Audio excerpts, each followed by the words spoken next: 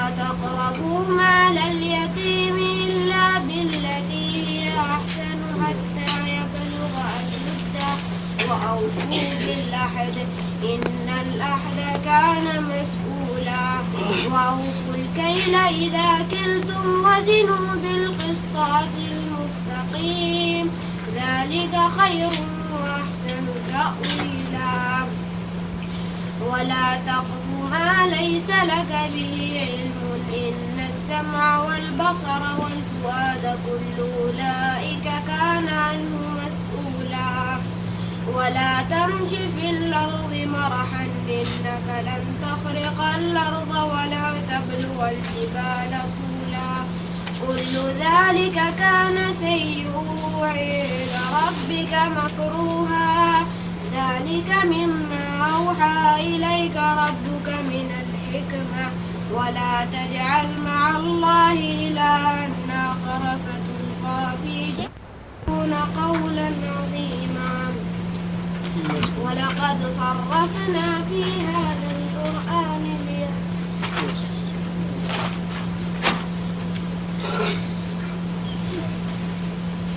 أعوذ بالله من الشيطان الرجيم بسم الله الرحمن الرحيم ولا تقتلوا النفس التي حرم الله إلا بالحق لا تقتلوا کون سا فعل ہے؟ نہیں ہے. لا تقتلوا نہ قتل کرو نفس کسی جان کو کسی نفس کو التی کیا ہے؟ اسم موصولہ ہے مؤنث کے لیے. مذکر کے لیے التی وہ نفس حرم اللہ. حرم کون سا فعل ہے؟ حرم ماضی ہے. حرم اللہ اللہ نے حرام کیا. نہ قتل کرو کسی جان کو جس کو حرام کیا اللہ نے الا مگر بالحق حق کے ساتھ یعنی کسی نفس کو قتل کرنے کی اجازت نہیں ہے مگر حق کے ساتھ قتل کرنے کی اجازت ہے. یہ دونوں باتیں اللہ تعالیٰ نے واضح فرما دی. ایک تو یہ بات کہ کسی کو قتل کرنے کا حق نہیں ہے کسی بھی آدمی کو. ہاں البتہ حق کے ساتھ اگر قتل کرنا ہو تو اجازت ہے. وہ حق کیا ہے؟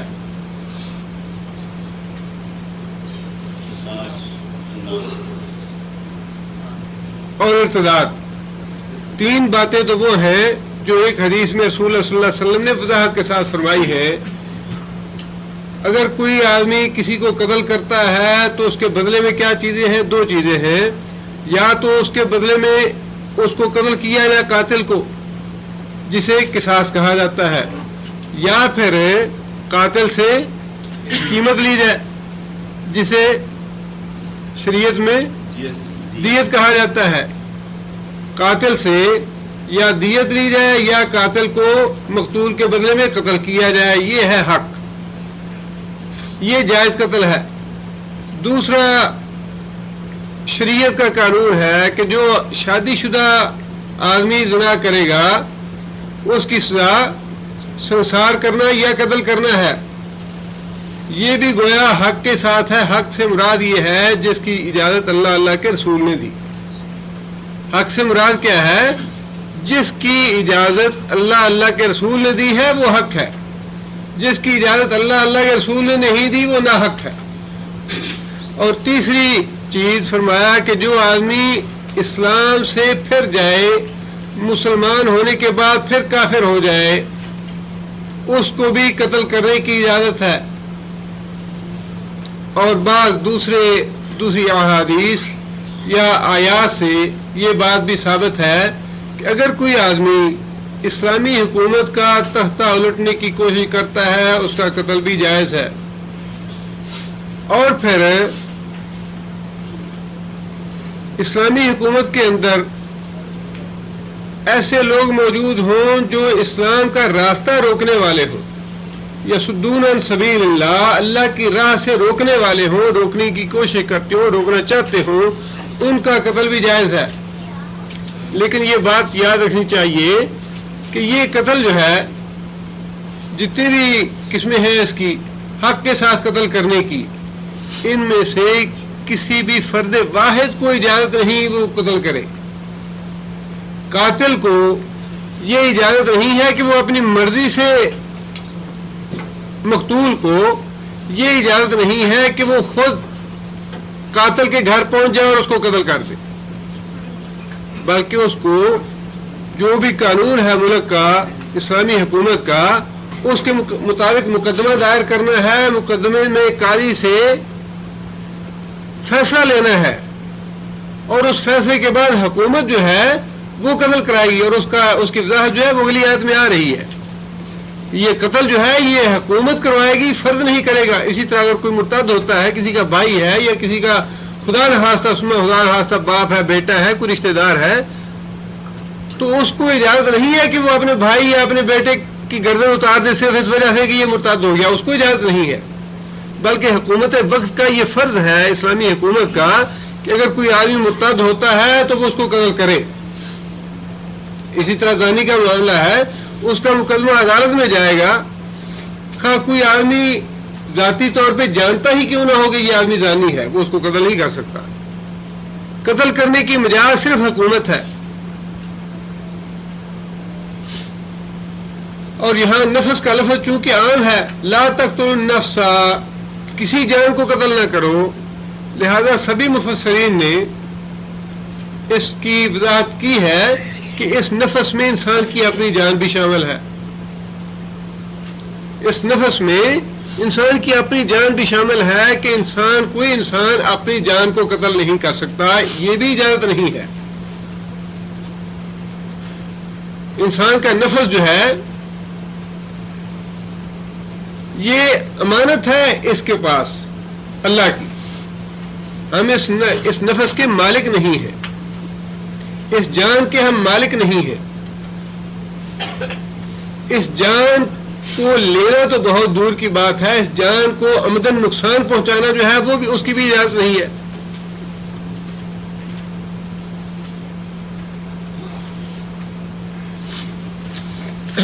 اسی لیے قیامت کے دن یہ جو ہاتھ اور پاؤں ہیں یہ ہمارے خلاف گواہی دیں گے، اور انسان ملامت کرے گا اپنے ہاتھوں پاؤں کو کہ تم نے میرے خلاف کیوں گواہی دی ہے. اگر یہ ہاتھ اور پاؤں ہمارے ہوتے تو ہمارے خلاف گواہی کیوں دیتے؟ یہ ہاتھ اور پاؤں جنہیں ہم اپنا سمجھتے ہیں یہ ہمارے نہیں ہے، یہ تو امانت ہے ہمارے پاس اللہ کی، اور ان سے تو ڈر کے رہنا چاہیے، اس لیے کہ انہوں نے قیامت کے دن ہمارے خلاف گواہی دینی ہے. لا تقتلوا النفس التی، اور قتل جو ہے یہ بہت بڑا گناہ ہے، بہت ہی بڑا گناہ ہے. نبی صلی اللہ علیہ وسلم کا ارشاد مبارک ہے کہ حقوق العباد میں سے سب سے پہلا مقدمہ جو ہے وہ خون کا ہوگا. حقوق اللہ میں سے کون سا ہوگا؟ نماز کا. حقوق اللہ میں سے سب سے پہلے نماز کی بات پرس ہوگی کہ انسان نے نماز کی کتنی پابندی کی، کتنی حفاظت کی اس کی. اور حقوق العباد میں سے سب سے پہلے خون کے مقدمے جو ہیں ان کے فیصلے کیے جائیں گے. اور رسول اللہ صلی اللہ علیہ وسلم نے یہ بات ارشاد فرمائی ہے کہ اگر ایک مومن کے قتل میں، ایک مومن آدمی کے قتل میں سارے زمین کے باشندے، سارے آسمان کے باشندے شامل ہوں، اور آسمان میں کون سے باشندے ہیں؟ فرشتے ہیں. جس کا مطلب یہ ہے کہ ایک مومن کے قتل میں ساری دنیا کے لوگ، جن اور انسان اور سارے فرشتے بھی شامل ہو جائیں تو نبی صلی اللہ علیہ وسلم نے فرمایا کہ اللہ تعالیٰ سب کو جہنم میں ڈال دے گا ایک مومن کے قتل میں. اللہ کے نزدیک کسی کی جان لینا جو ہے یہ اتنا بڑا گناہ ہے. اور پھر ایک حدیث میں نبی صلی اللہ علیہ وسلم نے فرمایا کہ قیامت کے دن قاتل جو ہے وہ اس حالت میں آئے گا کہ اس کے ہاتھ، مقتول جو ہے جسے قتل کیا گیا ہے اس حال میں آئے گا، قاتل کی پیشانی اس کے ہاتھ میں ہوگی، اس کے سر کے بال اس کے ہاتھ میں ہوں گے، اور وہ اس کو پکڑے ہوئے اللہ کے عرش کے سامنے لے جائے گا، اور خون جو ہے وہ مقتول کے رگوں سے بہہ رہا ہوگا، جس طرح کہ ابھی ابھی اس کو قتل کیا گیا ہے۔ اور نسائی شریف کی حدیث میں آتا ہے کہ مقتول جو ہے وہ اللہ سے مخاطب کر کے کہے گا، سل یا اللہ اسے پوچھ کہ مجھے اس نے قتل کیوں کیا۔ اس وقت قاتل جو ہے وہ کیا جواب دے گا؟ نبی صلی اللہ علیہ وسلم فرمایا کہ اس وقت قاتل یہ جواب دے گا کہ یا اللہ فلاں بادشاہ کی حکومت تھی جب میں نے اسے قتل کیا تھا، فلاں پریزیڈنٹ صاحب تھے جب میں نے اس کو قتل کیا تھا، فلاں وزیر اعظم تھا جس کی حکومت میں نے اس کو قتل کیا۔ اس وزیر اعظم کو پکڑ لے، اس پریزیڈنٹ کو پکڑ لے، یا اس بادشاہ کو پکڑ لے جس کی حکومت میں نے اسے قتل کیا تھا۔ کیوں مجھے قتل کرنے دیا بادشاہ؟ کیوں قصاص نہیں لیا اس نے دنیا میں میرا؟ کیوں اس نے تیرا عدل جو ہے وہ تیرے احکام نافذ کیوں نہیں کیے دنیا میں؟ صحابی کہتے ہیں کہ جو صحابی یہ حدیث بیان کر رہے تھے وہ ایک بادشاہ کو یا ایک حاکم کو نصیحت کر رہے تھے کہ کسی ظالم کی مدد نہ کرنا، کسی ظالم کی مدد نہ کرنا، قیامت کے دن پکڑے جاؤ گے۔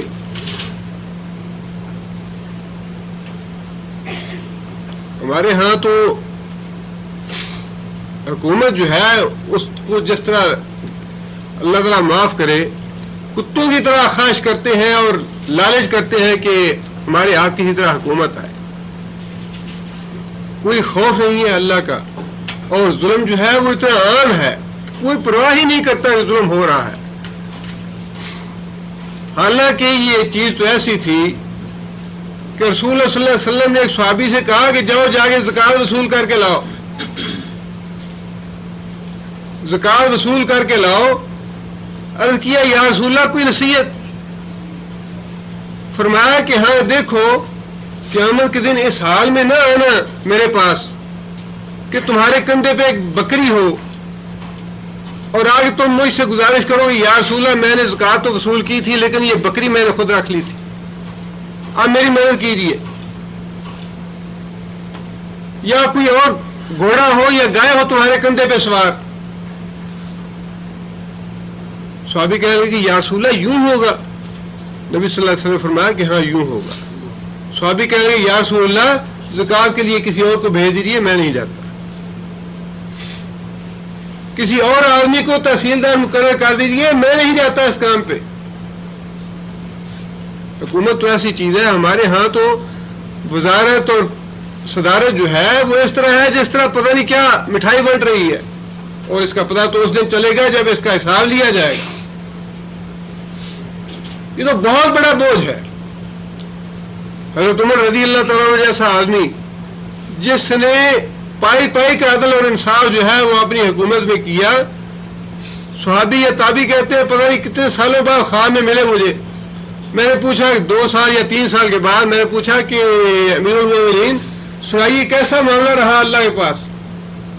2 یا 3 سال کے بعد حضرت عمر رضی اللہ تعالیٰ عنہ نے خواب میں یہ بات کہی کہ ابھی ابھی حساب دے کے فارغ ہوا۔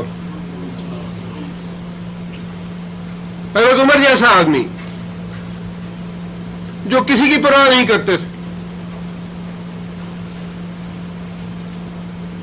فرمایا کہ مقتول جو ہے وہ قاتل سے کہے گا کہ یا اللہ اسے پوچھ کہ اسے مجھے قتل کیوں کیا، اور قاتل کہے گا کہ یا اللہ میں نے فلاں کی حکومت میں قتل کیا تھا، اسے اس سے پوچھ۔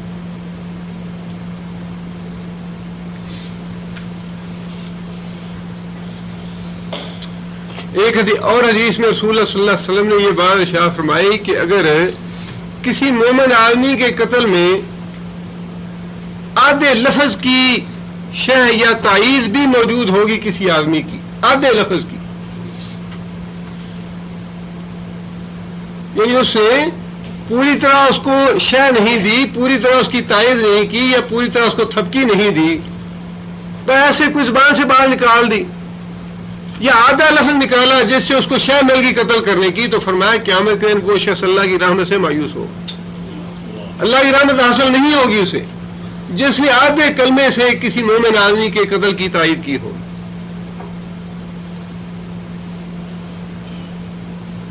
اور ہمارے ہاں تو ایسے ہے کہ اسمبلیوں کے جب انتخاب ہوتے ہیں، آپ حضرات کو پتا ہے، اگر کسی چودھری کے مقابلے میں کوئی کمی آدمی کھڑا ہو جائے، مروا دو اس کو. یہ کھڑا کیسے ہوا ہمارے مقابلے میں؟ بے شمار قتل جو ہے وہ الیکشن میں ہوتے ہی اسی مقصد کے لیے. کوئی اللہ کی قانون کی پرواہ نہیں ہے، یا اللہ کے احکام کا کوئی لحاظ یا پاس ہے ہی نہیں.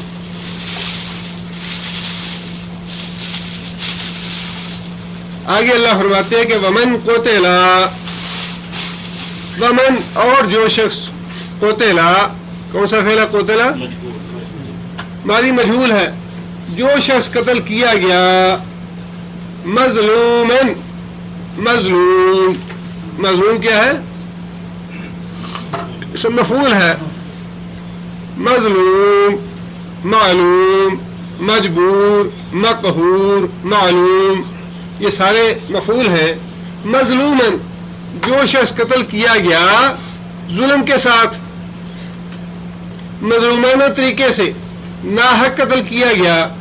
فقد جعلنا، فقد پس تحقیق، جعلنا کون سا فعل ہے؟ ماضی ہے جو متکلم کا صیغہ ہے. جعلنا ہم نے کیا، ہم نے دیا، لولیہ اس کے ولی کو، اس کے سرپرست کو، سلطانن، سلطان، سلطان کیسے کہتے ہیں؟ قوت کو، طاقت کو. اس کا اصطلاحی معنی بادشاہ ہے یا حاکم ہے، لیکن سلطان کا معنی ہے قوت اور طاقت. جس آدمی کو مظلومانہ طریقے سے قتل کر دیا جائے اس کے ولی کو ہم نے طاقت اور قوت دے دی ہے. کس بات کی قوت دی ہے؟ قصاص کی یا دیت کی؟ اس آدمی کو ہم نے حجت دے دی، قوت دے دی، طاقت دے دی قصاص لینے کی یا دیت لینے کی. فلا یسرف فی القتل، یسرف، لا یسرف کون سا فعل ہے؟ مضارع منفی ہے، نہیں ہے. لا یسرف، وہ زیادتی نہ کرے، وہ زیادتی نہ کرے.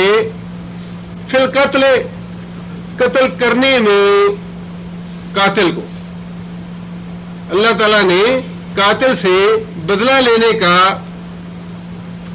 اس کو اختیار دے دیا ہے. اب مقتول کا جو وارث ہے اسے یہ حکم دیا جا رہا ہے لا یسرف فی القتل، قاتل کو قتل کرنے کے معاملے میں زیادتی سے کام نہ لینا. زیادتی سے کیا مراد ہے؟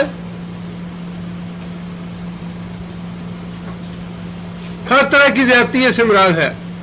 یہ بھی ہے کہ قتل کرتے ہوئے اسے اذیت دے کے، تکلیف دے کے قتل نہ کیا جائے. یہ بھی مراد ہے کہ قتل کرنے کے بعد اس کے ٹکڑے ٹکڑے نہ کیے جائیں. جذبہ انتقام جو ہے وہ اتنا شدید نہیں ہونا چاہیے کہ قتل کرنے کے بعد بھی انتقام ٹھنڈا نہ ہو. اتنا انتقام شدید نہیں ہونا چاہیے کہ قاتل کو قتل کرنے کے بعد اس کے بھائی کو بھی قتل کر دیا جائے، اس کے بیٹے کو بھی قتل کر دیا جائے. یعنی اگر ایک قتل ہوا ہے تو قاتل ہی کو قتل کیا جائے، الا یہ کہ اس قاتل کے، اس مقتول کے قتل میں اور لوگ شامل ہوں، پھر تو وہ بھی قتل کیے جائیں گے. جیسا کہ حضرت عمر رضی اللہ تعالیٰ کے زمانے میں ایک آدمی کو قتل کیا گیا اور اس میں 5 یا 7 آدمی شریک تھے. اس کے مشورے میں یا اس منصوبے میں، اس سازش میں 5 یا 7 آدمی شریک تھے. تو حضرت عمر رضی اللہ تعالیٰ عنہ نے ان 5 کے 5 آدمیوں کو ایک آدمی کے بدلے میں قتل کروا دیا.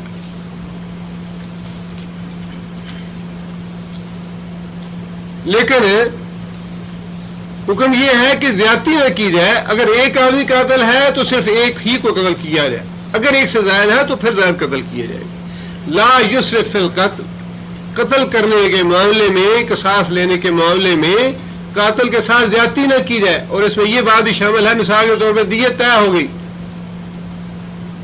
کہ قاتل سے 10 لاکھ روپیہ لے لیتے ہیں اور معاف کرتے ہیں، قتل کو چھوڑ دیتے ہیں.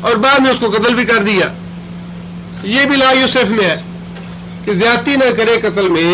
انہو کان منصورا، انہو بے شک وہ مقتول، کانا ہے یا تھا، منصورا، منصور کیا ہے؟ منصور مفعول ہے، مدد کیا گیا، اس لیے کہ مقتول جو ہے مدد کیا گیا ہے.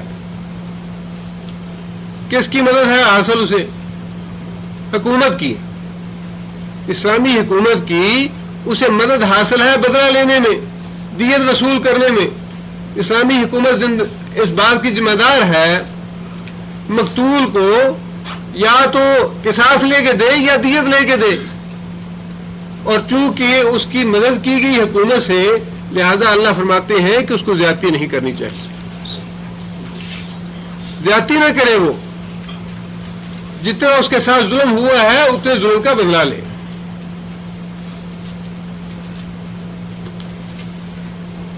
اس رکوع میں اللہ تعالیٰ نے 25 باتوں کے احکام دیے ہیں، اور یہ سارے وہ ہیں جن کا تذکرہ ہم پڑھ چکے اس سے پہلے. ومن اراد الآخرۃ وسعی لہا سعیہا، جو آدمی آخرت کا ارادہ کرتا ہے، آخرت کا خواہش مند ہے اور اس کے لیے جد و جہد اور کوشش کرنا چاہتا ہے، اس کو کس طرح کی کوشش کرنی چاہیے. یہ اس کوشش کی تفصیل ہے کہ انسان کو آخرت سنوارنے کے لیے، آخرت بنانے کے لیے کس طرح کی کوشش کرنی چاہیے. یہ ساری باتیں اس سائز کے تابع. آگے اللہ فرماتے ہیں وَلَا تَقْرَبُوا مَالَ الْيَتِيمِ، لا تقربوا کون سا فعل ہے؟ نہیں ہے. لا تقربوا، نہ قریب جاؤ، مال الیتیم، یتیم کے مال کے قریب بھی نہ جاؤ. یہ بالکل ویسی بات ہے جیسی وہ تھی ولا تقربوا الزنا، زنا کے قریب بھی نہ جاؤ. مطلب یہ کہ زنا کو جانے والے جو راستے ہیں ان پہ بھی قدم نہ رکھو. بہت بڑی سزا ہے اس کی زنا کی. اسی طرح یتیم کے مال کے بارے میں بھی فرمایا لا تاکلوا، نہیں فرمایا کہ یتیم کا مال نہ کھاؤ، فرمایا ولا تقربوا، قریب بھی نہ جاؤ. یتیم کے مال کو نقصان پہنچانے والے کی جو کوئی راستہ ہے اس راستے سے بھی نہ گزرو. آپ دیکھیے کہ اسلام نے حقوق کا کتنا تحفظ کیا ہے، بڑا تحفظ کیا ہے. جو محروم طبقہ ہے معاشرے میں، یتیم ہے، بیوہ ہے، مسکین ہے، محتاج ہے، مسافر ہے، ایک ایک کا نام لے کے اللہ تعالیٰ نے ان کے حقوق گنوائے ہیں کہ فلاں کا یہ حق ہے، فلاں کا یہ حق ہے، فلاں کو فلاں کا حق دو، فلاں کو اس کا حق دو. یتیم کا مال جو ہے اس کے قریب بھی نہ جاؤ. اور قرآن مجید میں ہی اللہ تعالیٰ نے یہ بات ارشاد فرمائی جو لوگ یتیم کا مال کھاتے ہیں وہ اپنے پیٹ میں آگ کا انگارہ کھاتے ہیں. اور آپ ذرا انداز لگائیے جہنم کی آگ جو ہے وہ اس آگ دنیا کی آگ سے 69 درجے زیادہ گرم ہے. اور اللہ کے رسول نے فرمایا کہ تھوڑ جو ہے وہ جہنم کا کھانا ہے. کھولتا پانی یا پیپ یا خون جو ہے وہ جہنم کے پینے ہیں. اب آپ اندازہ لگائیے کہ یہ کھانے اور پینے جو ہیں اس آگ سے کم گرم ہوں گے جس آگ پہ وہ پانی موجود رہے گا، جل نہیں جائے گا، ختم نہیں ہو جائے گا، بھاپ نہیں بنے گا، یا جس آگ میں وہ کھانا جل نہیں جائے گا. ذرا زیادہ آگ ہو جائے تو کھانا جل جاتا ہے لیکن وہ تھوڑ جو ہے جلے گا نہیں. اس کا مطلب یہ ہے کہ وہ اس گرمی پہ، اس حدت پہ یا اس آگ کے ٹیمپریچر پہ اس کا وجود برقرار رہے گا.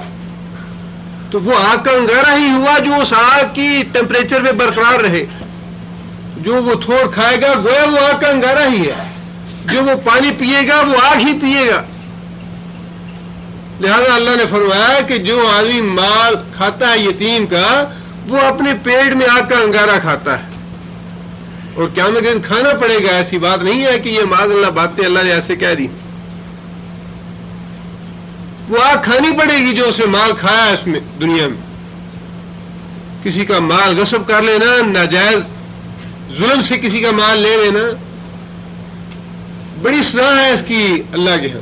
نبی صلی اللہ علیہ وسلم فرمایا کہ جس آدمی نے ایک بالشت زمین پہ قبضہ کر لیا ناجائز کسی کی زمین پہ, قیامت کے دن ایک بالشت زمین جو ہے وہ 7 زمینوں تک نیچے تک اس کے گلے میں ڈال دی جائے گی. 7 زمینوں کا بوجھ جو ہے وہ اس کے گلے میں ڈالا جائے گا. آج اس دنیا میں تو مفت کا مال لوٹنے میں کتنے لوگ ہیں جنہوں نے مال لوٹنے کے لیے لوگوں کو قتل کر دیتے ہیں, یتیموں کو قتل کر دیتے ہیں ان کے مال پہ قبضہ کرنے کے لیے, بیواؤں کو محروم کر دیتے ہیں ان کے حصوں سے, عورتوں کو اور بہنوں کو حصوں سے محروم کر دیتے ہیں. کیا کریں گے یہ لوگ؟ وراثت سے بہنوں کو محروم کر دینا یہ تو اکثر ہے ہمارے یہاں. بیٹوں کو وراثت دیتے ہیں, بیٹیوں کو محروم کر دیتے ہیں. کتنا بڑا ظلم ہے یہ.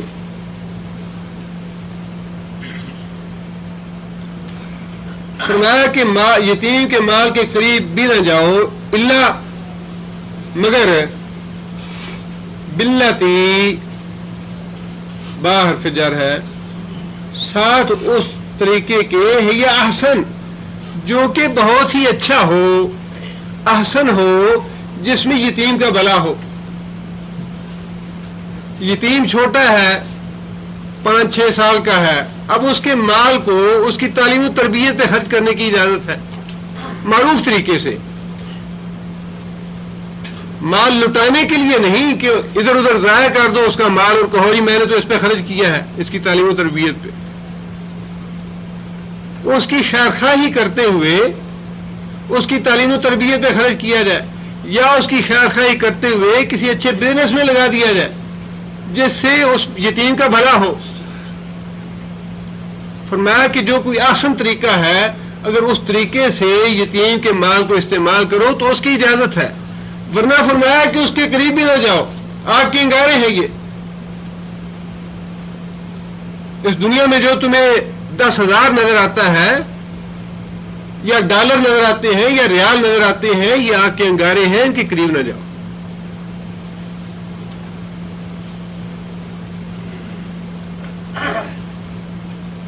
آگے فرمایا حتی یبلغ اشدہ, یہ جو یتیم کے مال کو استعمال کرنے کی اجازت دی گئی یہ کب تک ہے؟ حتی کہ یبلغ وہ پہنچے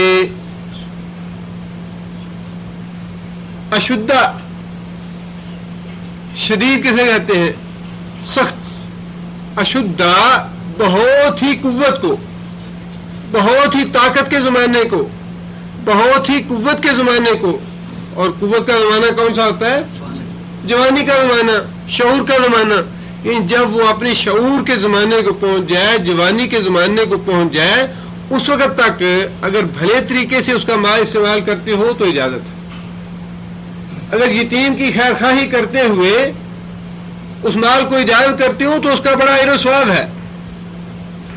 اللہ کے رسول صلی اللہ علیہ وسلم نے فرمایا کہ جو آدمی یتیم کے سر پہ ہاتھ رکھے, اس کی تعلیم و تربیت کرے, قیامت کے دن میں اور وہ آدمی اس طرح ہوں گے. اور نبی صلی اللہ علیہ وسلم نے اپنی دونوں انگلیاں ایسے کی کہ بالکل اس طرح میرا ساتھی ہوگا وہ کیا جنت میں,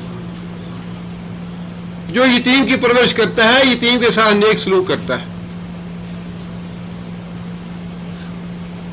ایک آدمی نبی صلی اللہ علیہ وسلم کی خدمت میں حاضر ہوا, عرض کیا یا رسول اللہ میرا دل بڑا سخت ہے, دل نرم نہیں ہوتا, میرے دل میں کسی کے لیے رحم نہیں ہے, پیار نہیں ہے, محبت نہیں ہے, ترس نہیں ہے, بڑا سخت ہے دل, مجھے کیا کرنا چاہیے؟ دیکھیے نبی صلی اللہ علیہ وسلم نے معاشرے میں کتنی ایثار, محبت اور ایک دوسرے کی خیرخواہی کا جذبہ کس طریقے سے بھر دیا ہے. نبی صلی اللہ علیہ وسلم نے فرمایا کہ اگر تمہارا دل سخت ہے, اپنے دل کو نرم کرنا چاہتے ہو تو یتیم کے سر پہ ہاتھ رکھو, تمہارا دل اللہ نرم کر دے گا. جس معاشرے میں ان تعلیمات پہ اور ان احکام پہ عمل کیا جائے، اس معاشرے میں کسی کو تکلیف یا رنج یا دکھ پہنچ سکتا ہے؟ فرمایا کہ جب تک وہ اپنی جوانی کو نہیں پہنچتا تب تک تم اس کے مال کو اچھے طریقے سے استعمال کر سکتے ہو، یعنی اس کی خیر خواہی کے لیے، اس کی بھلائی کے لیے استعمال کر سکتے ہو۔ آگے فرمایا وَأَوْفُوا بِالْعَهْدِ، اوفو کون سا فعل ہے؟ اوفو امر ہے، اوفو اور صیغہ جمع کا ہے، کیا مانا؟ وفا کرو، اوفو پورا کرو، بالعہد وعدہ اپنا، کسی کے ساتھ وعدہ کیا ہے اس وعدے کو پورا کرو۔ بڑی بنیادی بات ہے معاشرے میں لڑائی جھگڑے ختم کرنے کی، بڑی بنیادی بات۔ جتنے بیشتر لڑائی جھگڑے جو ہیں وہ اسی بدعہدی سے ہوتے ہیں، اور عہد کے بارے میں اللہ تعالیٰ معاف کرے بہت کم لوگ ہوتے ہیں جو عہد کی پابندی کرتے ہیں۔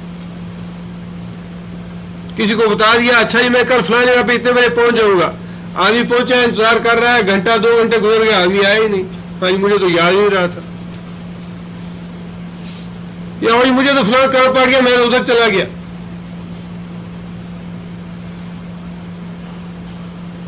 چھوٹی چھوٹی باتیں جو ہیں یہ بڑی اہم ہیں، اور ان کی بڑی پاسداری اس لیے کرنی چاہیے کہ اللہ تعالیٰ فرماتے ہیں ان العہد کان مسئولا، ان العہد بے شک وعدہ، کان ہے مسئولا سوال کیا گیا، قیامت کے دن نماز کا سوال ہوگا، اسی طرح وعدے کا بھی سوال ہوگا۔ جس طرح اللہ یہ پوچھے گا کہ تم نے نماز پڑھی یا نہیں پڑھی، اسی طرح اللہ یہ بھی پوچھے گا کہ فلاں آدمی سے تم نے وعدہ کیا تھا پورا کیا کہ نہیں کیا۔ جس طرح واجبات کا اور فرائض کا سوال ہوگا اسی طرح وعدوں کا سوال ہونا ہے۔ اور رسول اللہ صلی اللہ علیہ وسلم کتنا اہتمام فرماتے وعدے کا، محض ایک آدمی کے اتنی بات کہنے سے کہ یا رسول اللہ آپ یہاں کھڑے ہوں، میں ابھی گھر سے ہو کے آتا ہوں۔ نبی اکرم صلی اللہ علیہ وسلم نبوت سے پہلے کا صحیح واقعہ ہے، 3 دن اور 3 راتیں اس جگہ پہ کھڑے رہے، 3 راتیں اور 3 دن۔ اس آدمی کو 3 دن کے بعد یاد آیا کہ میں نبی صلی اللہ علیہ وسلم سے وعدہ کیا تھا، محمد صلی اللہ علیہ وسلم سے۔ وہ آدمی واپس آیا تو نبی صلی اللہ علیہ وسلم وہیں کھڑے تھے۔ آدمی نے کہہ دیا یا رسول اللہ مجھے تو یاد نہیں رہا میں نے آپ کو کھڑا کیا ہے، یا میں وعدہ کر کے گیا ہوں آپ سے۔ اور نبی صلی اللہ علیہ وسلم 3 دن اور 3 راتیں وہیں کھڑے رہے، اس لیے کہ میں نے اس آدمی سے وعدہ کیا یا انتظار کرنے۔ صلح حدیبیہ پہ آپ کو معلوم ہے کہ صلح حدیبیہ میں ایک شک یہ تھی کہ جو آدمی کافروں کا بھاگ کے نبی صلی اللہ علیہ وسلم کے پاس جائے گا، کافروں کی اجازت کے بغیر، اپنے ولی کی اپنے سرپرست کی اجازت کے بغیر بھاگ کے مدینے جائے گا نبی صلی اللہ علیہ وسلم کے پاس، نبی صلی اللہ علیہ وسلم اسے واپس بھیج دیں گے کافروں کے مطالبے پہ۔ اور مسلمانوں کا جو آدمی مدینے سے بھاگ کے کافروں کے پاس آئے گا وہ نہیں بھیجیں گے۔ کتنی ناانصافی کی بات۔ لیکن رسول اللہ صلی اللہ علیہ وسلم نے بعض مصلحتوں اور حکمتوں کی بنیاد پہ اس شک کو بھی قبول فرما لیا، اور یہ شک بھی سہیل بن عمر سے طے کر لی۔ یہ شک طے ہو چکی تھی، ابھی تحریر نہیں ہوئی تھی کہ جو آدمی کافروں کی طرف سے نمائندہ تھا مذاکرات کرنے کے لیے سہیل، اس کا اپنا لڑکا ابو جندل مسلمان تھا۔ تحریر ابھی نہیں ہوئی تھی، لیکن یہ زبانی بات طے ہو گئی تھی کہ کافروں کا جو آدمی بھاگ کے آئے گا کافروں کی طرف سے وہ مسلمان واپس کر دیں گے۔ ابو جندل جو ہے ان کے ہاتھوں اور پاؤں میں بیڑیاں پڑی ہوئی اور جسم سارا زخمی، آگے نبی صلی اللہ علیہ وسلم کے سامنے گر گیا۔ نبی صلی اللہ علیہ وسلم نے سہیل سے کہا کہ بھائی اس آدمی کو تو چھوڑ دو تم۔ اس نے کہا نہیں جی نہیں، پھر تو صلح نہیں ہوگی، ہماری تو بات طے ہوگی۔ نبی صلی اللہ علیہ وسلم نے فرمایا کہ ابھی معاہدہ تحریر نہیں ہوا، ابھی نہ تم نے دستخط کیے ہیں نہ میں نے دستخط کیے ہیں، لہذا اس آدمی کو اس صلح سے، اس معاہدے سے مستثنا کر دو، اس لیے کہ بھی باقاعدہ تحریر نہیں ہوئی، بات تو ہو گئی ہے، لیکن میں یہ تمہیں کہتا ہوں کہ اس آدمی کو مستثنا کر دو اس سے۔ سہیل کہنے لگا کہ نہیں پھر تو صلح نہیں ہو سکتی، اگر آپ اس کو مستثنا کریں گے تو پھر میں صلح نہیں کروں گا۔ نبی صلی اللہ علیہ وسلم نے یہاں تک کہا کہ سہیل تم میری خاطر اس کو چھوڑ دو، میرے لیے اس کو جانے دو۔ سہیل پھر اڑ گیا کہ نہیں میں تو نہیں جانے دوں گا اسے۔ نبی صلی اللہ علیہ وسلم نے سہیل کو کہا کہ سہیل اللہ تمہاری مدد فرمائے گا، ہم ایک بات طے کر چکے ہیں، ہمارا معاہدہ ہو چکا ہے، میں اس معاہدے کا پابند ہوں۔ حضرت سہیل جو ہے انہوں نے یہاں تک کہا کہ یا رسول اللہ کہ آپ مجھے پھر اس حال میں کافروں کے حوالے کر رہے ہیں کہ مجھے مارے اور پیٹے اور مجھ پہ ظلم کرے، میرے ایمان کا معاملہ ہے۔ لیکن رسول اللہ صلی اللہ علیہ وسلم نے اپنے وعدے کی پاسداری کرتے ہوئے، پابندی کرتے ہوئے اس سے منت سماجت تو کی، یہاں تک کہا کہ سہیل میری خاطر اس کو چھوڑ دو۔ لیکن جب اس آدمی نے اصرار کیا کہ نہیں وعدہ ہو گیا ہے، تو نبی صلی اللہ علیہ وسلم نے وعدے کی پاسداری کرتے ہوئے وہ جندل کو واپس بھیج دیا۔ اللہ تعالیٰ نے اس کے نکلنے کا راستہ بنا دیا کہ وہ شک جو ہے وہ خود انہی کے لیے نقصان دہ، کافروں کے لیے نقصان دہ ثابت ہوئی بعد میں، لیکن نبی صلی اللہ علیہ وسلم نے اس وقت اپنے وعدے کی پوری طرح پاسداری کی۔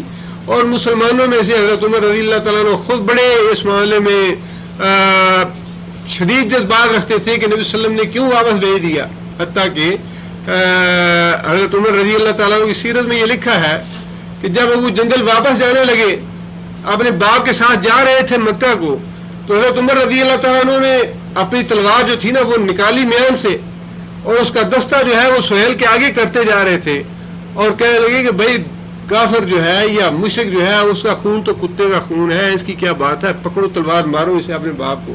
مطلب یہ تھا، الفاظ تو انہوں نے یہاں تک کہے کہ مشرک کا خون تو کتے کے برابر ہے، اور دستہ تلوار کا جو ہے سہیل کے آگے کر رہے تھے کہ اس کو تھوڑی سی انگیز تو اور یہ لے کے اپنے باپ کو قتل کر دے۔ لیکن حضرت سہیل جو تھے، بہرحال بیٹے تھے، اب وہ باپ تھا، یہ ہمت نہ کر سکے، لیکن حضرت عمر کی یہ خواہش تھی، اتنے جذبات شدید تھے اس معاملے میں کہ یہ مشرک جو ہے آیا ہے تو بچ کے کیوں جائے تھے، کیوں نہیں نبی صلی اللہ علیہ وسلم کی بات میں۔ لیکن نبی صلی اللہ علیہ وسلم نے اپنے وعدے کا پاس کروایا۔ ان العہد کان مسئولا، وعدہ جو ہے اس کے بارے میں اللہ تعالیٰ کے ہاں بات پرس ہوگی۔ آگے فرمایا وَأَوْفُوا، اور پورا کرو، الکیل، پیمانہ، جس پیمانے سے تم چیز لیتے دیتے ہو اسے پورا کرو۔ اذا کلتم، جب تم پیمائش کرو یا ماپو، کوئی چیز پیمائش کرو، گز جو ہے وہ بھی کیل ہے، یا کوئی لیٹر کا برتن ہے تو وہ بھی کیل ہے، یہ لیٹر کے برتن سے کوئی چیز دینے والی ہے، کوئی لیکوڈ ہے، وہ بھی پوری کر کے دو، اس میں کمی نہ کرو۔ اور اگر کوئی پیمائش کرنے والی چیز ہے، میٹر ہے، گز ہے، تو فرمایا کہ اس کو بھی پورا کر کے دو، اس میں کمی نہ کرو۔ وزنوا، امر کا صیغہ ہے، اور وزن کرو، بالقسطاس، ساتھ میزان کے، مستقیم، سیدھا۔ جب ترازو کے ساتھ، میزان کے ساتھ وزن کر کے دو کسی چیز کو، کسی آدمی کو، تو ترازو جو ہے وہ بالکل سیدھا رکھو، ڈنڈی نہ مارو، اس میں دا یا فریب نہ دو۔ اور اس معاملے میں معاملہ یہی نہیں کہ یہ حکم جو ہے بزنس کے لیے ہے، یہ جو آدمی کاروبار کر رہا ہے یہ اس کے لیے حکم ہے، بلکہ یہ حکم ہر فرد کے لیے ہے کہ جو تمہارے حقوق ہیں پورے ادا کرو۔ جو آدمی نوکری کر رہا ہے اپنے نوکری کے وقت پورا دے، جس نے نوکری کا وقت پورا نہیں دیا وہ بھی، اس نے بھی وزن بالقسطاس نہیں کیا، مستقیم نہیں کیا اس نے، یا اس نے اوف الکیل نہیں کیا، پیمائش اس نے پوری نہیں کی۔ جس آدمی کو جو ڈیوٹی دی گئی ہے، جتنی اس کا معاوضہ طے ہوا ہے، وہ معاوضہ حلال کا اسی وقت ہے جب وہ اپنی ڈیوٹی پوری کرے گا، جب وہ اپنا کام پورا کرے گا۔ اسی طرح جتنے بھی حقوق ہیں ان سارے حقوق کو پورا پورا اس کے طور پہ رکھنا چاہیے. باپ ہے اس کا حق اس کو پورا پورا دو, ماں ہے اس کا حق پورا پورا دو, بیٹے ہیں ان کا حق پورا پورا دو, بیٹیوں کا حق پورا پورا دو, بیوی کا حق پورا پورا دو, اولے الامر ہے ان کا حق پورا پورا دو انہیں, اور اللہ کے جو حق ہے وہ بھی پورے پورے دو. یہ اوف الکیل میں یہ ساری باتیں شامل ہیں, وزن بالقسطاس میں یہ ساری باتیں شامل ہیں. یہ نہ سمجھے کہ جس آدمی کے ہاتھ میں ترازو ہے یا میزان ہے یہ حکم اس کے لیے ہے, اس کے لیے نہیں, ساری زندگی کے معاملات میں ایسا ہی ہے مطالبہ. ذالک خیر, یہ طرز عمل بہتر ہے, یعنی اگر تم انصاف سے کام لو سارے معاملات میں, ذالک خیر, یہ بہتر ہے تمہارے لیے دنیا میں بھی. جو آدمی ایماندار ہے, پرہیزگار ہے, متقی ہے, اس پہ سب کا اعتماد ہوتا ہے, سب اس کی تعریف کرتے ہیں. اس کا اگر بزنس ہے تو بزنس بھی اچھا ہے, اگر وہ ملازمت کر رہا ہے تو ملازمت میں اس کی نیک نامی ہے کہ فلاں آدمی بڑا نیک ہے, فلاں آدمی کام اپنا پورا کرتا ہے, ٹھیک کرتا ہے. ذالک خیر, دنیا میں بھی خیر ہی خیر ہے اس میں. اور آگے فرمایا احسن تاویلا, انجام کے اعتبار سے بھی احسن یہی ہے, آخرت کے اعتبار سے بھی یہی طرز عمل اچھا ہے. اسی میں تمہیں اجر و ثواب ملے گا, اسی میں اللہ کی طرف سے تمہیں انعام ملے گا, اسی میں جنت حاصل ہوگی. آگے اللہ فرماتے ہیں ولا تکفو,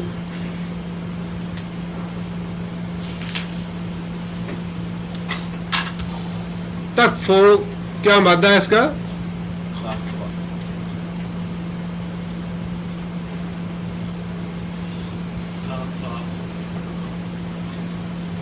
آگے یا نہیں, الف, قاف فا الف, یہ اس کا مادہ ہے. اور کفینا, اس سے پہلے پڑھا ہے ہم نے یہ لفظ, کفینا کا معنی ہم نے پیچھے بھیجا. لا تکفو, پیچھے نہ چلو, پیروی نہ کرو, اتباع نہ کرو. لا تکفو, پیچھے نہ چلو, پیروی نہ کرو. کس چیز کے؟ ما, وہ چیز جو کہ لیسا نہیں ہے, لکا واسطے تیرے, بہی ساتھ اس کے, علم, جس چیز کا تجھے علم نہیں اس کی اتباع اور پیروی نہ کرو. علم سے مراد کیا ہے؟ قرآن مجید کی اصطلاح میں علم جو ہے وہ قرآن اور حدیث ہے, اللہ کے نبی کی سنت اور اللہ کا قرآن. علم جو ہے قرآن مجید کی اصطلاح میں یہی علم ہے. اس چیز کی پیروی نہ کرو جو قرآن اور حدیث سے ثابت نہ ہو. جو چیز قرآن میں نہیں آئی اور حدیث میں سنت رسول میں نہیں ہے اس کے پیچھے نہ چلو. صاف طور پہ اللہ تعالیٰ نے اس کی ممانعت فرما دی ہے کہ قرآن و حدیث کے علاوہ یہی علم ہے. بنیادی طور پہ علم جو ہے وہ دو ہے, ایک علم وحی ہے اور ایک مادی علم ہے یا عقلی علم ہے. اور ان دونوں میں سے عقلی علم جو ہے یا سائنسی علم ہے یا مادی علم ہے وہ ظنی ہے.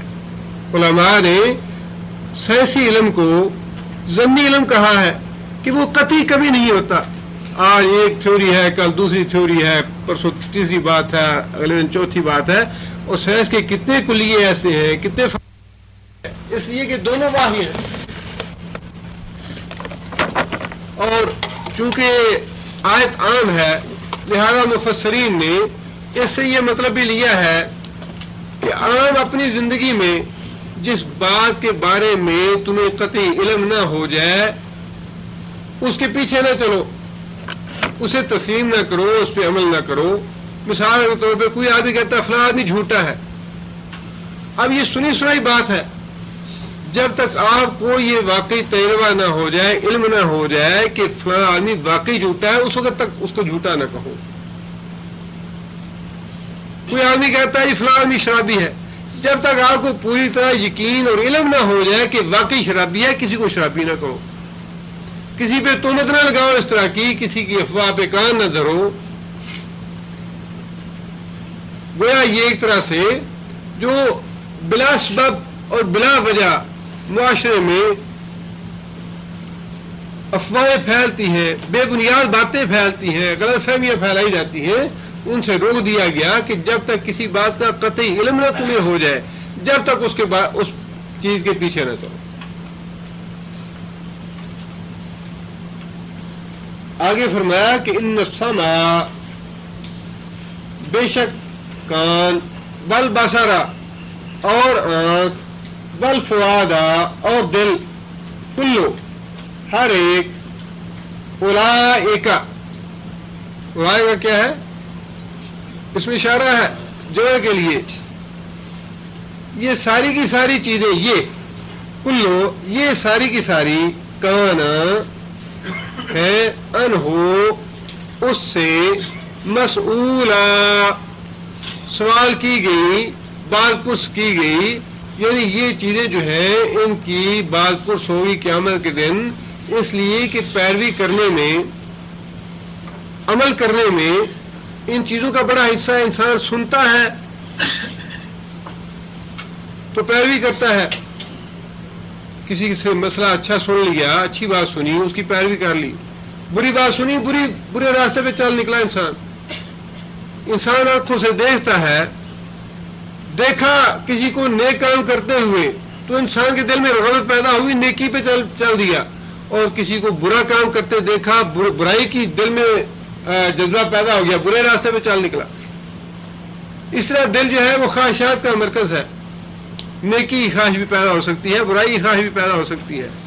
لہذا فرمایا کہ کسی چیز کی پیروی کرنی ہو تو علم کی بنیاد پہ پیروی کرو، قرآن اور حدیث کی بنیاد پہ پیروی کرو، دلائل کی بنیاد پہ پیروی کرو. اس لیے کہ قیامت کے دن پیروی کرنے کے لیے جو اللہ تعالیٰ نے وسائل تمہیں دیے ہیں، جو ذرائع تمہیں دیے ہیں، جن سے تم سوچ سمجھ کے پیروی کرتے ہو، ان سے سوال کیا جائے گا کہ تم نے یہ بات سنی تھی یا نہیں سنی تھی، یہ چیز دیکھی یا نہیں دیکھی، اس بات کی پیروی کی تو کیسے پیروی کی. فرمایا کہ آنکھ سے بھی اور دل سے بھی اور کان سے بھی قیامت کے دن سوال کیا جائے گا. لہذا ان چیزوں کو بڑی احتیاط کے ساتھ استعمال کرنا چاہیے. یہ اللہ کی امانتیں ہیں. کان بھی اللہ کی امانت ہے، آنکھ بھی اللہ کی امانت ہے، دل بھی اللہ کی امانت ہے، سارا جسم اللہ کی امانت ہے. لیکن یہ چیزیں چونکہ جانوروں سے مختلف ہیں، ہماری آنکھیں جانور کی آنکھ سے مختلف ہیں، ہمارے کان جانور کے کانوں سے مختلف ہیں، ہمارے دل جو ہے وہ جانور کے دلوں سے مختلف ہے، ہمارے دماغ جانور کے دماغوں سے مختلف ہے. لہذا جانوروں سے ان کے کان اور ان کے دل اور آنکھ کے بارے میں سوال نہیں ہوگا، ہم سے ہوگا.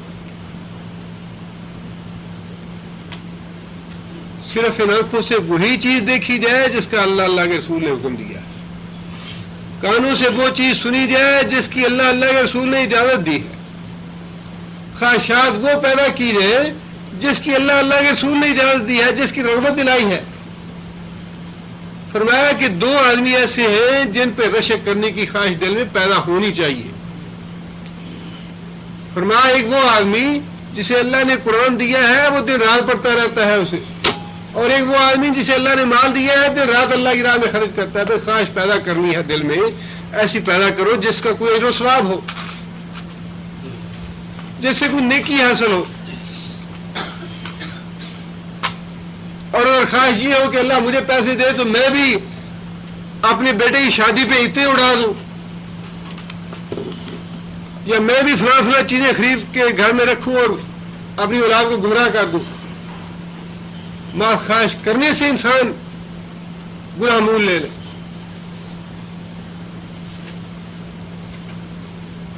آگے اللہ فرماتے ہیں کہ ولا تمشی،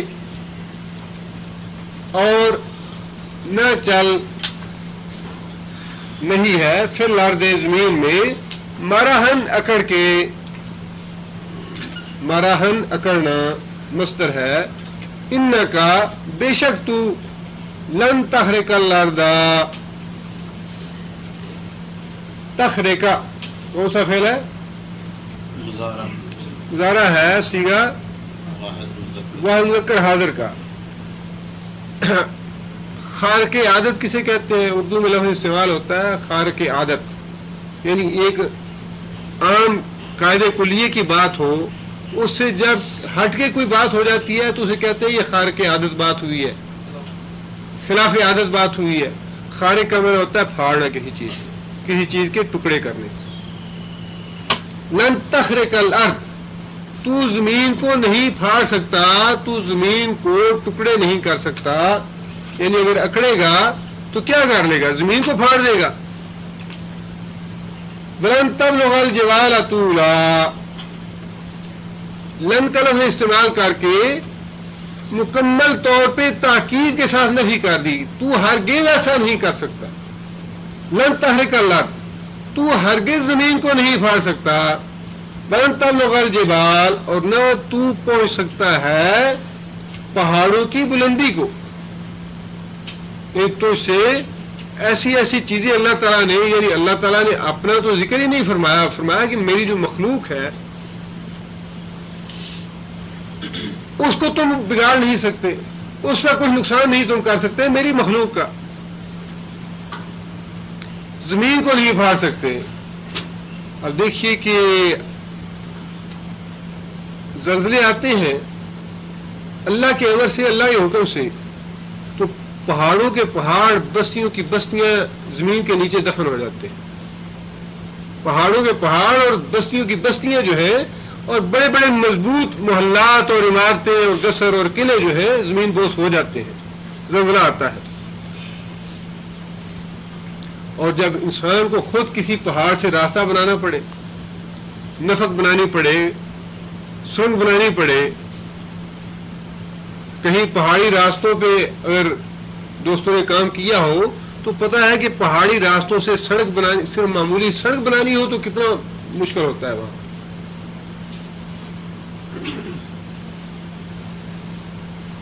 اور کس طرح کی مشینیں وہاں پہ لگائی جاتی ہیں، مشینوں سے کام لیا جاتا ہے. انسان تو خود کچھ بھی نہیں حیثیت رکھتا. فرمایا کہ تیری تو حیثیت ہی کچھ نہیں، نہ تو زمین کو پھاڑ سکتا ہے، نہ پہاڑوں کی بلندی کو پہنچ سکتا ہے. اتنا اکڑفو بننے کی ضرورت کیا ہے؟ انسان کو اپنی جوانی میں بڑی اکڑ ہوتی ہے. یہ 2 گرام کا دانت ہے، دانت میں درد ہو جائے ساری جوانی ختم ہو جاتی. بڑا انسان ہٹا کٹا ہے، بڑی صحت ہے، بڑا کچھ ہے، گردے کی تکلیف ہے فوراً بستر میں پڑ جاتا ہے. ہمارے دوست ہے کہ جی ہمارا بھائی ہے، بڑا جوان تھا، بڑی صحت تھی اس کی، آگے 4 پائی میں بیٹھا اور 5 منٹ میں وہ ڈھیر ہو گیا، وہیں مر گیا. ہمیں تو حیرت ہوتی ہے وہ موت سے لڑا کیوں نہیں. بڑا ہٹا کٹا تھا، بڑی جوانی تھی، کچھ 4 مہینے بستر میں پڑا رہتا، بیمار رہتا، پتا چلتا ہے مر رہا ہے. 5 منٹ میں ختم ہو گیا، کچھ ہوا ہی نہیں. یہ کرفو کس بات کی ہے؟ انسان ہے کیا؟ ذرا سی آنکھ میں انسان کو تکلیف ہو جائے انسان برداشت نہیں کر سکتا. انسان کے ہاتھ پہ چھوٹا سا آبلہ بن جائے فوراً ڈاکٹر کے پاس بھاگتا ہے، ڈاکٹر صاحب بڑی تکلیف ہے، کوئی دوا بتائیے. اور اللہ تعالیٰ کو تکبر تو بڑا ہی ناپسند ہے، بہت ناپسند ہے. تکبر کی وجہ سے ایک مثال تو قرآن مجید میں اللہ نے ارشاد فرمائی قارون کی. اس نے تکبر کیا اپنے مال اور دولت پہ، اور یہ بات کہی کہ اوتیتہ علی علم عندی، کہ یہ مال دولت جو ہے یہ میں نے اپنی ذہانت سے، اپنی عقل سے، اپنی محنت سے کمایا ہے. بڑا بزنس کیا ہے میں نے، بڑی انویسٹمنٹ کی ہے، تب اتنا مال کمایا ہے. اللہ فرماتے ہیں کہ ہم نے اس کا مال اور خود قارون سب کو زمین میں دسا دیا، اور فرمایا کہ قیامت تک وہ زمین میں دستا جائے گا، دستا چلا جا رہا ہے. اور یہ تو اسے بہت مال، واقعی اس کے پاس بڑا مال تھا جس پہ اسے تکبر کیا. مسلم شریف کی حدیث میں آتا ہے نبی صلی اللہ علیہ وسلم فرمایا کہ بنی اسرائیل کا ایک آدمی تھا، اس نے کپڑے پہنے ہوئے تھے بڑے اچھے، اور ان کپڑوں پہ اس نے بڑا فخر اور تکبر کیا. اللہ تعالیٰ نے اس کے کپڑوں سمیت اسے زمین میں دسا دیا، قیامت تک زمین میں دستا چلا جائے گا۔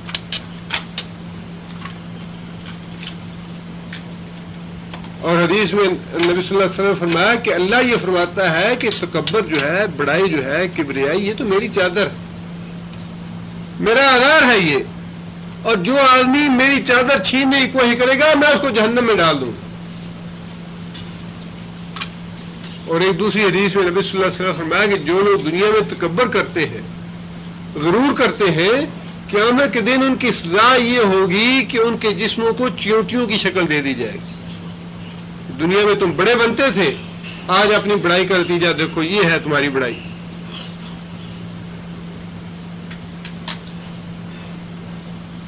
اور فی الواقع جو لوگ بڑے تھے، ابو لہب کو دیکھ لیجیے، بہت بڑا تھا اپنے قبیلے کا، اپنے سردار، اپنے برادری کا، اپنے علاقے کا، اپنے شہر کا بہت بڑا سردار تھا، بڑا تکبر تھا اس میں، اور کس طرح ذلیل اور رسوا کر کے اللہ نے مارا اس کو کہ بچوں نے اس کو قبر میں ڈالنا گوارا نہیں کیا، حبشیوں کو بلا کے، اور بڑے بڑے لمبے جو رانس تھے ان کے ساتھ اس کو قبر میں دھکیل کے اوپر سے پتھر پھینک کے اس کو دفن کیا گیا۔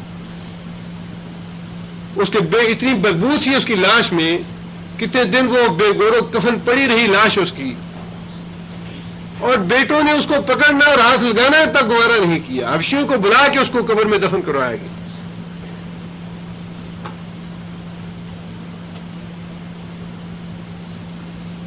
اور آج بھی جتنے تکبر کرنے والے ہیں ان کا دیکھ لیجیے، ایک زمانے میں وہ امریکہ کا صدر تھا ریگن صاحب، اور کتنے زمانے سے خبریں آ رہی ہیں جی وہ اپنی بیوی کو نہیں پہچانتا، اپنے رشتہ دار کو نہیں پہچانتا، آنے والوں کو، دوستوں کو نہیں پہچانتا۔ اتنے بڑے ملک کا جو اپنے آپ کو سپر پاور کہتا ہے، اور اتنا بڑا طاقتور صدر ہوتا ہے اس کا یہ حال اللہ نے کر دیا، اس طرح ذلیل و رسوا ہو رہا ہے، اپنی اولاد کو نہیں پہچان رہا، اپنی بیوی کو نہیں پہچان رہا۔ یہ ہے انسان کی حیثیت، یہ ہے انسان کی اوقات۔ اللہ فرماتے ہیں کہ اپنی اوقات کو نہ بھولو، اگر ہم نے تم پہ مہربانی کی ہے، تمہیں مال دے دیا، دولت دے دی، جوانی دے دی، صحت دے دی، حکومت دے دیا، اقتدار دے دیا، اللہ کو یاد رکھو، اللہ کے فرمان بردار بن کے رہو، اللہ کے باغی اور اللہ کے سرکش بن کے نہ رہو۔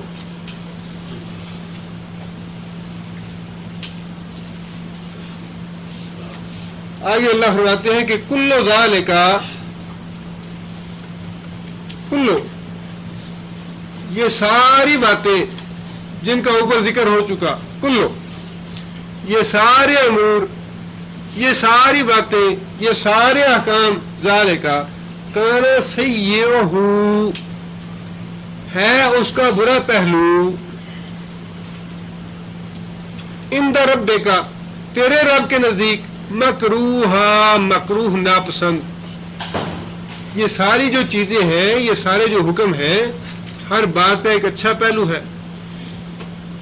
یتیم کے مال کی حفاظت کرنا اس کا اچھا پہلو، اس کے مال کو ضائع کرنا اس کا برا پہلو، وعدے کی پاسداری کرنا اس کا اچھا پہلو، وعدے کی خلاف ورزی کرنا اس کا برا پہلو، ناپ تول میں کمی کرنی اس کا برا پہلو، ناپ تول پورا کرنا اس کا اچھا پہلو۔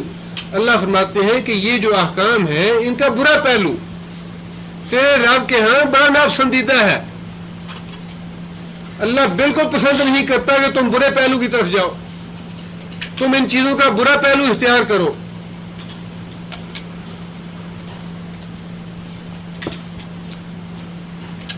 ذالک یہ سارے احکام، یہ ساری باتیں، یہ سارے امور، مما اس چیز سے ہے، اوہا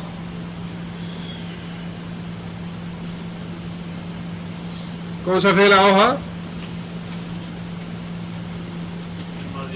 ماضی ہے، مذکر غائب کا صیغہ ہے۔ اوہا اس نے وحی کی، الیکا تیری طرف، محمد صلی اللہ علیہ وسلم کی طرف، یعنی یہ ساری جو باتیں ہیں جن کا ہم نے حکم دیا ہے، یہ ساری باتیں وہ ہیں جو تیری طرف اللہ نے وحی کی ہے، من الحکمہ، حکمت سے لبریز ہے، دانائی سے بھری ہوئی ہیں، عقل مندی کی باتیں ہیں. جو لوگ ان پہ عمل کریں گے وہ اولو الالباب ہوں گے، عقل مند ہوں گے.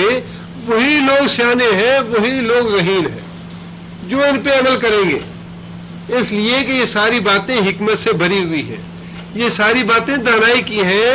وہ ہیں جو اللہ کو پسند ہے، جو اللہ کو محبوب ہے. بلا تجعل مع اللہ الہا آخر، لا تجعل نہیں ہے، نہ بنا نہ کر تو مع اللہ اللہ کے ساتھ الہا آخر کوئی دوسرا معبود. اسی بات سے یہ ساری باتوں کا آغاز ہوا تھا. یہ جتنی بھی 25 باتیں اللہ تعالیٰ نے ارشاد فرمائی ہیں ان کا آغاز کہاں سے ہوا تھا؟ 22 نمبر آیت سے. 22 نمبر آیت کیا ہے؟ لا تجعل مع اللہ الہا آخر فتقعد مذموما مخذولا. یہ تھی ان احکامات میں سے سب سے ابتدائی اور سب سے پہلی بات. اور ان احکامات کی سب سے آخری بات کون سی ہے؟ وہ پھر وہی ہے لا تجعل مع اللہ الہا آخر، کہ اے انسان سب سے زیادہ پسندیدہ بات، سب سے زیادہ تاکید والی بات، سب سے زیادہ اہم بات یہ ہے کہ اللہ کے ساتھ کسی کو معبود نہ بنانا، اللہ کے ساتھ کسی کو اپنا حاجت روا اور اپنا مشکل کشا نہ بنانا، اللہ کے علاوہ کسی کے نام کی نظر نیاز، کسی کے نام کی منت ماننا، یا کسی کو راضی کرنے کے لیے دینا کچھ، کسی کے نام کی قربانی کرنا. فرمایا کہ اللہ کے ساتھ کسی کو شریک نہ کرنا، اللہ کے ساتھ کسی دوسرے کو معبود نہ بنانا.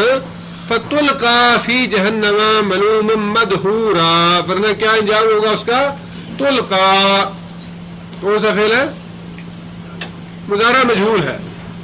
تو ڈال دیا جائے گا، بعد حاضر کا صیغہ ہے. تو ڈال دیا جائے گا فی جہنم، جہنم میں، ملومن ملامت زدہ، ہر ایک کی ملامت، ہر ایک برا بھلا کہنے والا، ہر ایک کی لعنت ملامت ہوگی. فرشتوں کی بھی، سارے نیک لوگوں کی بھی، اللہ کی بھی، اللہ کے انبیاء کی بھی، ہر ایک کی لعنت ملامت ہوگی. مدحورا، مدحورا کا معنی اللہ کی رحمت سے دور کیا گیا. ملومن مفعول ہے، مدحورا دونوں مفعول ہیں. ملامت کیا گیا، مدحورا اللہ کی رحمت سے دور کیا گیا. یعنی اس حال میں جہنم میں جائے گا کہ اللہ کی رحمت سے دور کیے جاؤ گے اور ملامت کیے جاؤ گے. مطلب یہ کہ کوئی وہاں تمہاری مدد نہیں کرے گا، اللہ کی رحمت سے مکمل طور پہ محروم ہو جاؤ گے. اور آگے فرمایا افاسفاکم ربکم، یعنی یہ وہ شرک کے حوالے سے ہی اللہ تعالیٰ یہ بات ارشاد فرما رہے ہیں. استفہامیہ ہے، کیا؟ فا پس اسفا، اسفا کا معنی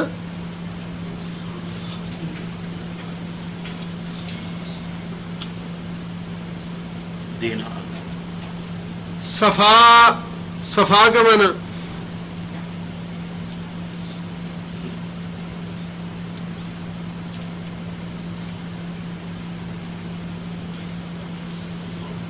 صفا کا معنی چنا اپنے لیے، اسفا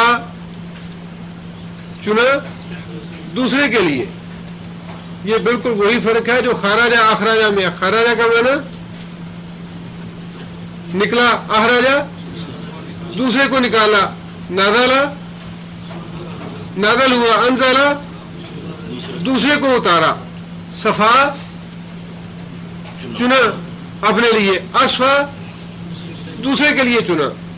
اللہ فرماتے ہیں اسفاکم، تم چنتے ہو دوسرے کے لیے، ربکم اپنے رب کے لیے، بالبنین بیٹے. یعنی تم نے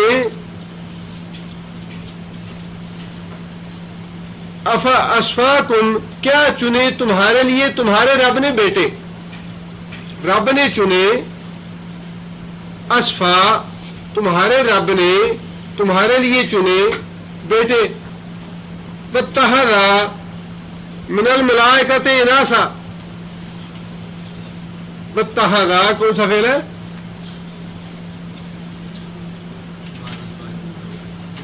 ماضی بعد مذکر غائب ہے, اور اس نے بنایا فرشتوں کو اناسا, اناس کا واحد کیا ہے؟ انسا, مؤنث مادہ, اناسا لڑکیاں یا بیٹیاں مراد ہے. یعنی تمہارے رب نے تمہارے لیے چنے بیٹے, اپنے لیے تم بیٹے پسند کرتے ہو, ساڈے گھر تے پتر ہی ہونا چاہیے, پیر کے پاس جانا ہے بیٹا لینے کے لیے, بیٹی پسند نہیں ہے, بیٹی پیدا ہو جائے تو منہ لٹک جاتا ہے. اور ہمارے ہاں تو اس طرح کا ذہن ہے, ایک صاحب دوسرے سے کہہ رہے تھے جی میں تو منت مانی ہوئی تھی کہ بیٹا ہوگا تو مونچھیں رکھوں گا, بیٹی ہوگی اب کیسے رکھوں, بڑی بڑی مونچھیں رکھنے کی منت مانی ہوئی تھی بیٹا ہونے پہ. دعا دیکھیے کیسا ہے. اللہ فرماتے ہیں کہ تم یہ پسند کرتے ہو کہ تمہارا رب تمہارے لیے تو بیٹے چنے, تمہیں تو بیٹے پسند ہیں, تمہارے گھر میں تو بیٹے پیدا ہونے چاہیے, اور اللہ کے لیے تم چاہتے ہو کہ اللہ کے جو فرشتے ہیں انہیں کافر اور مشرک جو ہیں اللہ کی بیٹیاں کہتے تھے. اللہ کے لیے تم بیٹیاں پسند کرتے ہو, اپنے لیے بیٹیاں پسند نہیں کرتے, اللہ کہتے ہو کہ اس کی بیٹیاں ہیں. یعنی ایک تو اللہ کی اولاد کہنا ویسا ہی شرک ہے, ویسا ہی اللہ کی گستاخی ہے, اور گستاخی پہ دوسری گستاخی یہ ہے کہ اللہ کے لیے تم بیٹے پسند نہیں کرتے, اللہ کے لیے بیٹیاں پسند کرتے ہو جو اپنے لیے پسند نہیں کرتے. تو